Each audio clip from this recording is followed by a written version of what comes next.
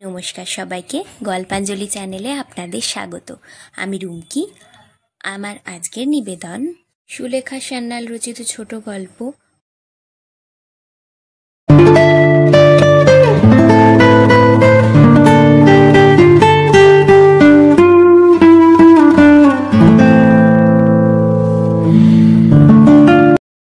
দুটি বোন। কত পর হয়ে গেছি আজ। ছেলেমেয়েরা চেনে না তাদের মাসিকে। পুজোর ছুটিতে চিঠি লিখল আভা। তুই আয় না বিভা এখানে, এবার না হয় নাই গেলি কার্শিয়াং আর কালিম্পং। ও তো তোদের বিলাস, থাকবেও চিরকাল। এবার আমাদের দেখে যা। চোখের জলও পড়েছে বোধহয় দু এক ফোঁটা। চিঠিখানা হাতে করে বিভার চোখ দুটো সজল হয়ে উঠল দেখতে দেখতে। থাকবে এবার কার্শিয়াং, কলকাতাতেই সে যাবে। একটু অনুতাপ হলো, বড় স্বার্থপর সে। ছোটবেলার একই সঙ্গে মানুষ হয়েছে দুটি বোন, অথচ আজ কোথায় দুজনে। বাবা মা না থাকলে এমনিই হয় বুঝি, দূরে থাকলেই বুঝি খোঁজ রাখতে নেই আর। চোখের ওপর ভেসে উঠল দিদির গোলগাল মোটা সোটা চেহারা, বড় বড় চোখ, বোকা বোকা চাহনি। সে কতদিনের কথা। এখন ছেলে মেয়ে হয়েছে, সে খবরও আভাই জানিয়েছে।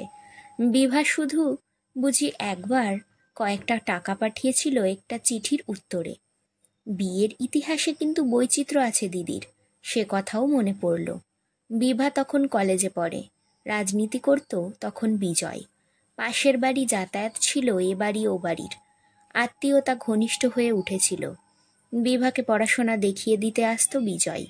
সুন্দর, স্বাস্থ্যবান, বিদ্বান আর ভদ্র ছেলে। সবাই জানতো ওদের দুজনের কথা। বাবা মা নিশ্চিন্ত ছিলেন বিভার ভবিষ্যৎ সম্পর্কে। কিন্তু কি করে কি হয়ে গেল, সেবার 1 বছর পরে জেল থেকে বেরিয়েই সব যেন পাল্টে গেল বিজয়ের। জেল থেকে বাড়িতে ফিরেই বিজয় প্রথমেই ছুটল বিভাদের বাড়ি। বিভা দাঁড়িয়েছিল দরজায় মালা হাতে করে। ঢুকতেই সলজ্জ হেসে মালাটা বিজয়ের গলায় পরিয়ে দিল। বিজয় হাতখানা ধরে একবার নেড়ে দিয়ে ঘরের মধ্যে ঢুকতে গিয়ে হঠাৎ থমকে দাঁড়ালো। চৌকাঠের ওপর মাথা রেখে প্রণাম করছে আভা। 2 হাতে ওকে উঠিয়ে দিয়ে বিজয় হঠাৎ চমকে উঠল। 2 চোখের কোণে ওর টলমল করছে জল, ঠোঁটে এক অপূর্ব সুখের হাসি। সে এক মুহূর্ত, তারপরেই ঝড়ের মতো ঘর ছেড়ে বেরিয়ে গেল। বাবা অপেক্ষা করছিলেন অনেক দিন থেকে। বিকেলে বিজয়কে ডেকে পাঠালেন। গম্ভীর হয়ে বললেন, এবার বড় হয়েছ, তোমার আর বিভার। হঠাৎ বাধা দিয়ে বিজয় বলে উঠল, বিভা নয়, আভা। আভাকে আমি বিয়ে করব মেসোমশাই। পাংশু হয়ে উঠল বিভা এক মুহূর্তে। বিমূঢ় অমূল্যবাবু তাকালেন বিজয়ের স্থির মুখের দিকে। বিভা ঘর ছেড়ে সোজা বেরিয়ে এলো আভার কাছে। তীক্ষ্ণ কর্কশ হয়ে উঠেছে গলার স্বর। মুখোমুখি দাঁড়িয়ে প্রশ্ন করল, দিদি, তুই বিজয়কে ভালোবাসিস? আভা হঠাৎ চমকে উঠল। বিপন্ন মুখে খানিকক্ষণ বিভার মুখের দিকে তাকিয়ে থেকে হঠাৎ ঝরঝর করে কেঁদে ফেলল। বিভারও বুঝি চোখে জল এলো। সহানুভূতিতে দ্রব হয়ে এলো মন। এই অল্প লেখাপড়া জানা দিদির ওপর। হঠাৎ গভীর মমতায় দিদির মাথায় হাত ভুলিয়ে দিতে দিতে হেসে ফেলল। কাঁদছিস কেন? বিজয়দার সঙ্গেই তো বিয়ে হবে তোর, বাবাকে বলেছেন বিজয়দা। আভা চোখের জল মুছে সোজা হয়ে বসল। তারপর হঠাৎ বিভার মুখের দিকে তাকিয়ে অসহায়ের মতো প্রশ্ন করল, কিন্তু তুই? আমি? বিভা হঠাৎ খিলখিল করে হেসে উঠল। আমি বিজয়কে ভালোই বাসিনি কোনো দিন। উনি যে তোকেই ভালোবাসেন সে আমি অনেক দিনই জানি। সেসব কথা আজ কত দূরের স্মৃতি, মনেও পড়ে না। আজও বিভা একাই, কিন্তু সে অনুরাগে কিংবা অভিমানে নয়, সময় আর সুযোগের অভাবে। এ জীবনে মর্যাদা আছে, প্রাচুর্য আছে, কিন্তু নিঃসঙ্গতাও মাঝে মাঝে পীড়া দেয় বই কি। এখন নতুন পরিবেশ, পুরনো কথা ছায়া হয়ে গেছে। মা বাবা মারা যাওয়ার পর বাংলাদেশের সঙ্গে সম্পর্ক চুকেই গেছে একরকম। নম্বর খুঁজে বাড়িটা বার করতে গিয়ে রিকশাওয়ালা হিমশিম খেয়ে গেল। অনেক কষ্টে খুঁজে বার করা গেল বাড়ি। ছোট্ট, অপরিসর, নোংরা আর পচা গন্ধে ভরা বাইলেন একটা। বিভা নাকে রুমাল চেপে ধরল। একতলা ছাল ওঠা কতদিনের পুরনো বাড়ি, পৈতৃক আমলের। দরজার সামনে ভিড় করেছে আভা আর তার ছেলে মেয়েরা। বিজয়ও উঠে এসেছে লাঠি ভর দিয়ে। জিনিসগুলো দেখে নিয়ে রিক্সাওয়ালাকে বকশিস দিয়ে বিভা নেমে এলো। আভা এগিয়ে এলো ওর দিকে। কত দিলি রে ওকে? 2 টাকা বকশিস দিলাম দিদি। যা ঘুরতে হয়েছে তোমার বাসা খুঁজতে। 2 টাকা? এক মুহূর্তে আভার চোখের ওপর যেন বিস্তৃত দিনের স্বপ্ন নেমে এসেছে। আছে বলে কি অমনি করেই নষ্ট করতে হয়? কিরকম লোভীর মতো চকচকে ভাব ফুটে উঠেছে আভার চোখে মুখে। সেদিকে তাকিয়ে বিভা হঠাৎ চমকে উঠল। এক মুহূর্তে বুঝে ফেলল অনেক কিছু। ঘরে ঢুকে বিভার গায়ের মধ্যে ঘিনঘিন করে। অপরিসর 2খানা ঘর, ওপাশে 2খানা, 2জন ভাড়াটে থাকে। ছেলেমেয়েরা এসে ছেঁকে ধরে বিভাকে। মাসি কি এনেছ দাও। বিভার বিব্রত মুখের দিকে তাকিয়ে বিজয় একটার মাথায় চড় বসিয়ে দেয়। বলে, পাঁজির বেহদ্দ সব। এসো বিভা আমার ঘরে। ছোট ছেলেটা প্রাণপণে চেঁচাই মার খেয়ে। বারে, মাই তো শিখিয়ে দিল বলতে। বিভা লজ্জায় লাল হয়ে ওঠে। ঘরে ঢুকে বলে, অবস্থা আপনাদের জামাইবাবু, চেনাই যায় না যে। সংসারের চেহারাও তো এই। বিজয় একটু হাসল, ম্লান বিকৃত হাসি। স্বাধীন দেশের সুখী মানুষ যে আমরা, তোমরা আর জানবে কোত্থেকে এসব? সাহেব পাড়ায় থাকো, তাও আবার বাংলাদেশে নয়। যেতে দাও না আরো কটা দিন, একেবারেই চিনতে পারবে না যে। আভা চা করে নিয়ে এলো কলাই করা একটা গ্লাসে, আর একটা প্লেটে চিড়ে ভাজা। খাবার ইচ্ছে বিভার ছিল না। ছোট মেয়েটার হাতে চিড়ে ভাজার প্লেটটা তুলে দিতেই আর কজন হুড়মুড় করে উপুর হয়ে পড়ল প্লেটের ওপর। কান্নাকাটির আর কামড়াকামড়ি করে এক মুহূর্তে বিষাক্ত করে তুলল আবহাওয়াকে। সব কটাকে টানতে টানতে পাশের ঘরে নিয়ে গিয়ে পিঠে ঘা কতক বসিয়ে দিয়ে আভা হঠাৎ ঝরঝর করে কেঁদে ফেলল। মর সব হতভাগারা, এসেছিলি কেন আমার কাছে মরতে? আভার মনের ওপর মেঘ জমেছে অনেকক্ষণ থেকে, ঝরে পড়ল তা এতক্ষণে। বিভা বাক্স খুলে জিনিসগুলো বার করে আনলো, খেলনা আর খাবার। এবার আর ওরা এগিয়ে এলো না, ভয় পেয়েছে। চকচকে চোখে তাকিয়ে দেখলো শুধু। আভাই এগিয়ে এলো, খাবারগুলো ওর হাত থেকে নিয়ে পাশের ঘরে চলে গেল। এখন দিস নে ওদের হাতে, যা রাক্ষস সব, এই খাবে এখন কদিন ধরে। আভার শাড়িখানা হাতে তুলে দিতেই খুশিতে ঝলমল করে উঠল চোখ। খানিকক্ষণের মধ্যে যেন আবার সহজ হয়ে উঠল আভা। ভীষণ দামি কোনো জিনিসের মতো শাড়িখানাকে সন্তর্পণে বাক্সে তুলে রাখল। বিভা তাকিয়ে তাকিয়ে দেখছিল আভাকে। সামনের দিকের চুলগুলো সব উঠে গেছে, জটা ধরা রুক্ষ চুলে মাথা ভর্তি। বড় বড় চোখ দুটি কোটরে ঢুকে গেছে, ফর্সা রং আরো ফ্যাকাশে হয়েছে। শীর্ণ হাত 2খানা। 2টো শাখা পরে আছিস কেন? গয়না? আভা হেসে উঠল। আমার আস্ত কটা শাড়ি আছে তাই জিজ্ঞেস কর না। তুই আসবি বলে শাড়িটা সোডা সেদ্ধ করে পরেছি। কি লজ্জাকর উলঙ্গ স্বীকৃতি! বিভা যেন সাপ দেখার মতো চমকে উঠল। পালিয়ে যেতে ইচ্ছে করছে এই মুহূর্তে, তবু আবহাওয়াকে সহজ করে নিতে চেষ্টা করে। ছোটবেলার কথা তোর মনে আছে দিদি? কত দিন হয়ে গেল। পড়া না পারলে মার কাছে পালা করে কানমলা খাওয়া। আমি আগে পড়া পারলে তুই কেঁদে ফেলতিস, কথা বন্ধ করে দিতিস। স্কুলের পরীক্ষায় একবার তুই ফেল করে আমাকে হঠাৎ কি রকম করে মেনেছিলি, আমি তো অবাক। বিভা হো হো করে হাসে। আভা হাসার চেষ্টা করে, কেমন একটা ম্লান হাসি ফুটে ওঠে ঠোঁটে, জোর করে টেনে আনা। আভা খুঁটিয়ে খুঁটিয়ে জিজ্ঞেস করে বিভার কথা। চোখ দুটো চকচক করে শুনতে শুনতে বলে, কি করিস রে তুই অত টাকা দিয়ে? আমাকে দে না মাসে কিছু কিছু করে, বাঁচবো তাহলে। এই আভা। ছোটবেলায় বিভা কোনো জিনিস দিতে গেলে কেঁদে ফেলতো। অদ্ভুত ছিল ওর আত্মসম্মান। কেন নেব তোর জিনিস আমি? কখনো না। ওর লোভী চোখের দিকে তাকিয়ে বিভা কেমন যেন আড়ষ্ট হয়ে ওঠে, অপরাধী মনে হয় নিজেকে। এমনকি আভার পাশে বসা 5 বছরের মেয়েটার চোখের দিকে তাকাতেও বিভার যেন ভয় করে। সমস্ত আবহাওয়াটা বিষাক্ত হয়ে ওঠে আবার। পাশের ঘরের ভাড়াটেরা বোধ হয় ঝগড়া করছে। অশ্লীল কুৎসিত গালাগালি, নগ্ন অভিযোগ, বোধহয় স্ত্রী। অভিযোগ অসংখ্য, খেতে না দেওয়ার অভিযোগ, অভিযোগ কাপড়ের। হঠাৎ এক করুণ আর্তনাদ ছড়িয়ে পড়ে সমস্ত বাড়িটাই। বিভা এক লাফে উঠে দাঁড়ালো। মারছে বুঝি বউটাকে? আচ্ছা, চামার তো স্বামীটা। আভা বিকৃত মুখে হাসল। তুই যাচ্ছিস কোথায়? ওদের থামাতে? ও তো লেগেই আছে। ওই তো ওদের সান্ত্বনা। পেট ভরে খেতে পায় না, পরতে কাপড় পায় না, মুখ ফুটে তা বলতেও পারবে না। দেখে আইগে যা বউটাকে। অপূর্ব সুন্দরী মেয়েটা। কি হয়ে গেছে না খেতে পেয়ে? গালাগালি দেওয়াটা কি ওর অপরাধ? আর স্বামীরই বা অপরাধ কি?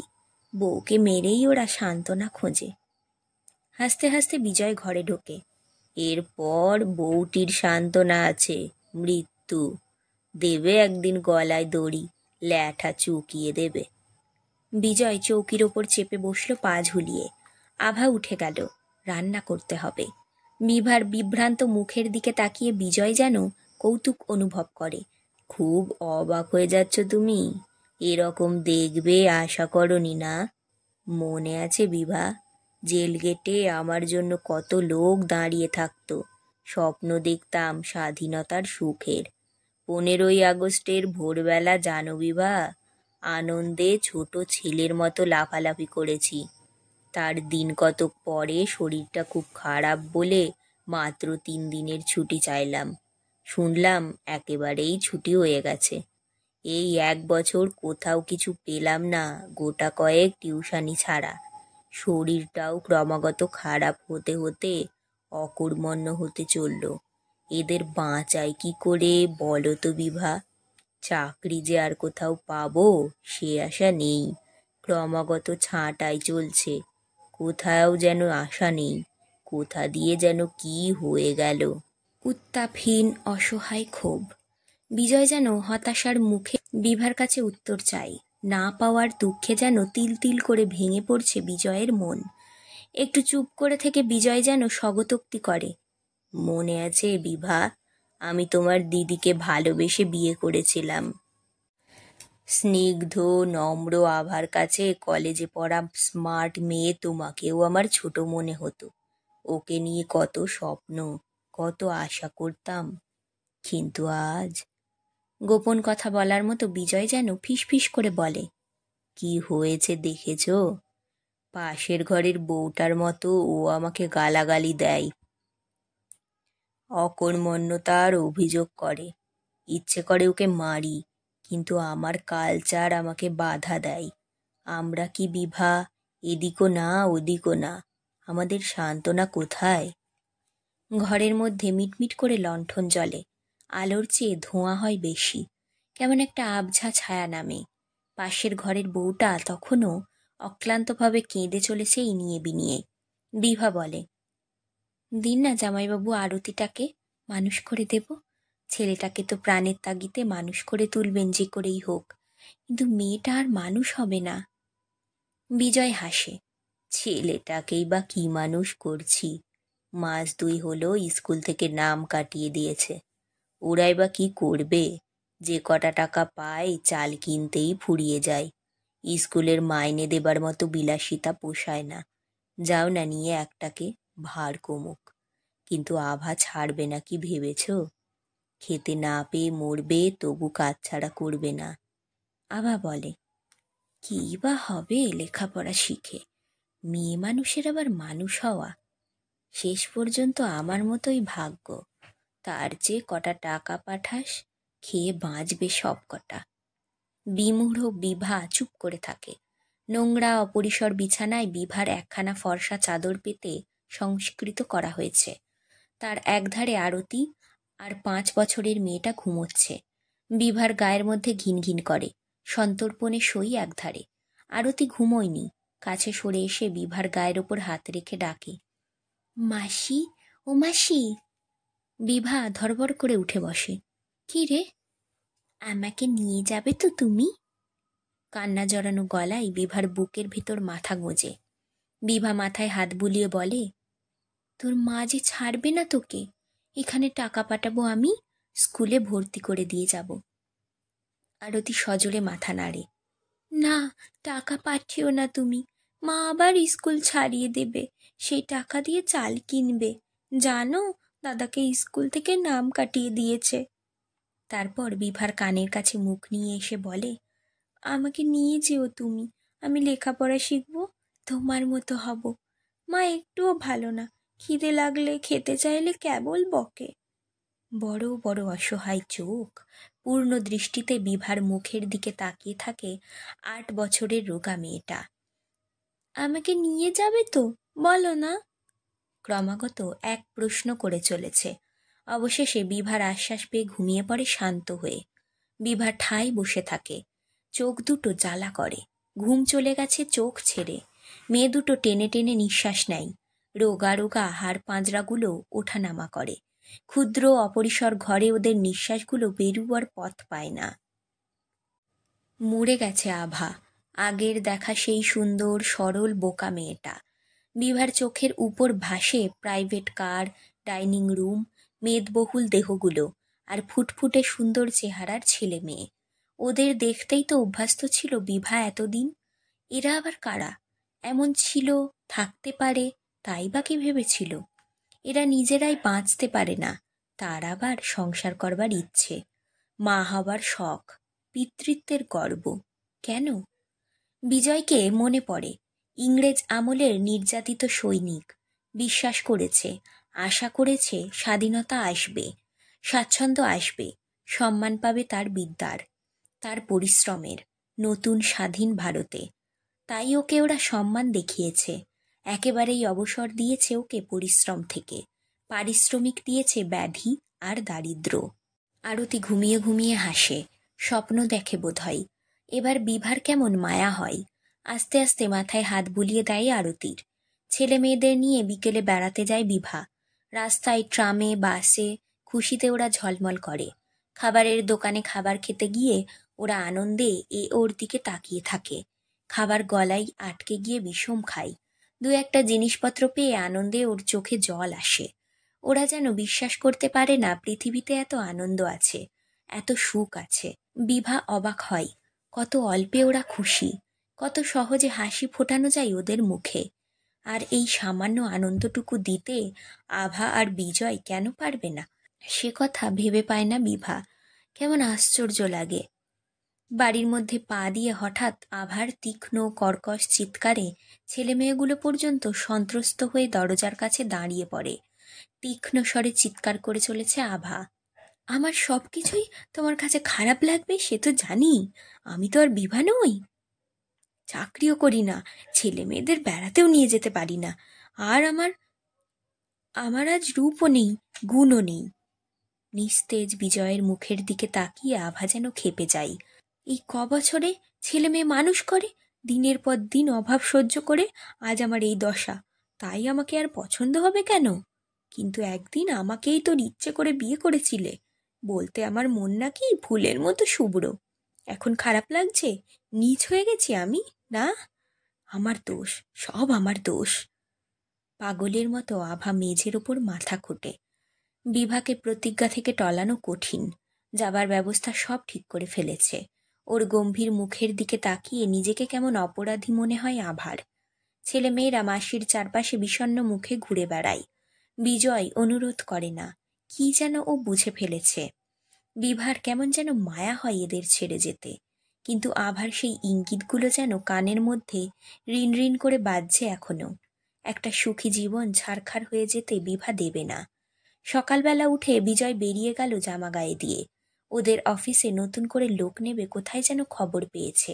বলে গেল, তোমার যাবার আগে আমি ফিরে আসব। অনেকক্ষণ পরে এলো বিজয়। নিজে আসেনি, কয়েকজন বয়ে এনেছে অচৈতন্য দেহটাকে। মাথার ব্যান্ডেজটা রক্তে ভিজে কালো হয়ে উঠেছে এতক্ষণে। অস্ফুট আর্তনাদ করে বিভা দুহাতে মুখ ঢাকল। বিমূঢ় হয়ে গেছে সারা বাড়িটা। কেমন একটা শোকের ছায়া থমথম করছে বিজয়কে ঘিরে। পাশের ঘরে বিশীর্ণা বউটি আবার তার স্বামী এসেছে, ছলছল চোখে তাকিয়ে আছে। মাঝে মাঝে অস্ফুট মন্তব্য করছে ক্ষীণ স্বরে, চোর না, গুন্ডা না, বিদ্বান বুদ্ধিমান ভদ্রলোক, তাদের মাথায় লাঠি চালানো, তাদের গায়ের উপর ঘোড়া উঠিয়ে দেওয়া, ওরা কি মানুষ? অপরাধ কি? না মাইনে বাড়াও, আমরা খেতে পাচ্ছি না, স্বরাজ দিলেন ওরা। মেয়েটা বলে আর ঠোঁট ওল্টায়, মাঝে মাঝে আঁচলে চোখ মোছে। আভার আরেকটু কাছে সরে বসে। যারা নিয়ে এসেছিল তারাও বসে আছে চুপ করে। সমস্ত ঘটনা নিজের চোখে দেখবার পরে ওরাই আশ্চর্য রকম নিস্তব্ধ। শুধু 4 জোড়া চোখ জ্বলছে মাঝে মাঝে। প্রতিহিংসার একটা জ্বালা ছড়িয়ে পড়ছে সারা মুখের ওপর। চোয়ালগুলো শক্ত হয়ে উঠছে। অচৈতন্য বিজয় মাঝে মাঝে পিকারের ঘরে চিৎকার করে। সব কথা স্পষ্ট শোনা যায় না, দুটো একটা বোঝা যায়। ঢুকতে দিও না, কি কিছুতেই না, বেঈমান, দালালি করাচ্ছ, 15 বছর জেল খেটেছি। সবাই ঝুঁকে পড়ে বিজয়ের মুখের ওপর, দেখে ওর ফ্যাকাশে শুকনো ঠোঁটের নড়াচড়া। শুধু আভা এসব কিছু দেখে না। বিজয়ের 2 পায়ের মধ্যে মাথা রেখেও পড়ে আছে। মাঝে মাঝে সমস্ত শরীরটা কেঁপে উঠছে থরথর করে। বিজয়ের মুখের দিকে তাকিয়ে থেকে বিভার মাথার মধ্যে কেমন যেন গোলমাল হয়ে যায়। বিজয়ের টুকরো টুকরো প্রলাপ, শীর্ণ বউটির ক্ষীণস্বরে মন্তব্য, মাথার কাছে বসে 4 জন মজুরের মতো লোক, সব কিছু যেন কেমন অপরিচিত রহস্যময়। কালকের দেখা আভা মিলিয়ে গেছে ছায়া হয়ে। বিজয়ের কাছে পড়ে থাকা আভাকে অদ্ভুত ভালো লাগছে বিভার। পাশের ঘরের ঝগড়াটে বউটি যেন পরম বন্ধুর মতো আভার গা ঘেঁষে বসেছে। গুন্ডার মতো 4টে লোককে বাড়ির মধ্যে ঢুকতে দেখে যতখানি ভয় পেয়েছিল বিভা, এখন সে ভয়টা কি করে কেটে গেল তাহলে? নইলে ওদের কাছ থেকে সব খবর জানবার এত আগ্রহ হলো বিভার? কেন মনে হচ্ছে ওরা বিজয়ের সত্যিকারের বন্ধু? সবচেয়ে আশ্চর্য লাগে ওদের কাছে সব খবর শুনে। নতুন খবর শোনালো ওরা। মনে হলো না কোথাও এতটুকু অন্যায় কিংবা বাড়াবাড়ি আছে ওদের বর্ণনায়। আবেদনের ভঙ্গিতে শোনায় না, শক্ত শান্ত গলায় ওরা বলে, পুলিশ এলো, ঘোড়সওয়ার এলো, লাঠি চলল। বিভা যে বারে বারে শিউরে উঠছে সেদিকে একবারও লক্ষ্য করে না, কিংবা লক্ষ্য করেও হয়তো, কিন্তু বলে যাই ঋজু অনুদ্বিগ্ন কণ্ঠে। ছোট মেয়েটা অনেকক্ষণ চুপ করে থেকে এবার কাঁদতে শুরু করেছে। আভার মাথাটা বারে বারে ওঠাবার চেষ্টা করে। খিদে পেয়েছে মা, ও মা। লোকগুলোর মধ্যে একজন মেয়েটার দিকে তাকিয়ে ম্লান হাসি হাসল। ভুখের কথা বলে না খুকি, তাহলে ওরা লাঠি মারবে মাথায়। দেখছো না তোমার বাবাকে? নিজের রসিকতায় নিজেই হাসতে শুরু করে লোকটা এত দুঃখেও। এতক্ষণে মনে পড়ল ট্রেনের কথা। ট্যাক্সিওয়ালা দাঁড়িয়ে আছে কতক্ষণ হয়ে গেল। বাইরে বেরিয়ে এলো বিভা। নেই সে। এই তো একটু আগেও ছিল দরজা ধরে দাঁড়িয়ে। ভাড়া না নিয়েই চলে গেছে লোকটা। বাইরে এসে অজস্র আলো আর গান আর হাসির শব্দে বিভা যেন নিঃশ্বাস ফেলে স্বাভাবিক ভাব। সামনের তেতলা বাড়িটাই রেডিও বাজছে মৃদু করুণ সুরে। ছাদের মাথায় অনেক বড় একটা সিল্কের স্টেট ফ্ল্যাগ উড়ছে বাতাসে। পথপথ শব্দটা এখান থেকে শোনা যায় স্পষ্ট। হঠাৎ দৃষ্টি গেল গলির মাথায়। একদল গুর্খা পুলিশ বসে আছে রকের ওপর। ছুঁচলো সঙ্গিনগুলো পাশে রয়েছে, গল্প করছে, হাসছে। ওদের দিকে খানিকক্ষণ তাকিয়ে থেকে বিভার গায়ের মধ্যে কেমন যেন ঘিন ঘিন করে উঠল। এ বাড়িতে ঢুকতে গিয়ে প্রথম দিন যেমন হয়েছিল, তাড়াতাড়ি বাড়ির ভেতর ঢুকে পড়ল বিভা। আজকের গল্প পাঠ এখানেই শেষ। গল্প পাঠ ভালো লাগলে অবশ্যই একটা লাইক দিয়ে যাবেন আর নিজের চেনা পরিচিত মানুষদের সাথে শেয়ার করে দেবেন। আর আজ যারা নতুন আমার চ্যানেলে, অবশ্যই সাবস্ক্রাইব করবেন। আপনার একটি সাবস্ক্রিপশান আমাকে আরও অনেক নতুন গল্প পড়তে অনুপ্রেরণা যোগাবে। ধন্যবাদ। ভালো থাকবেন সবাই।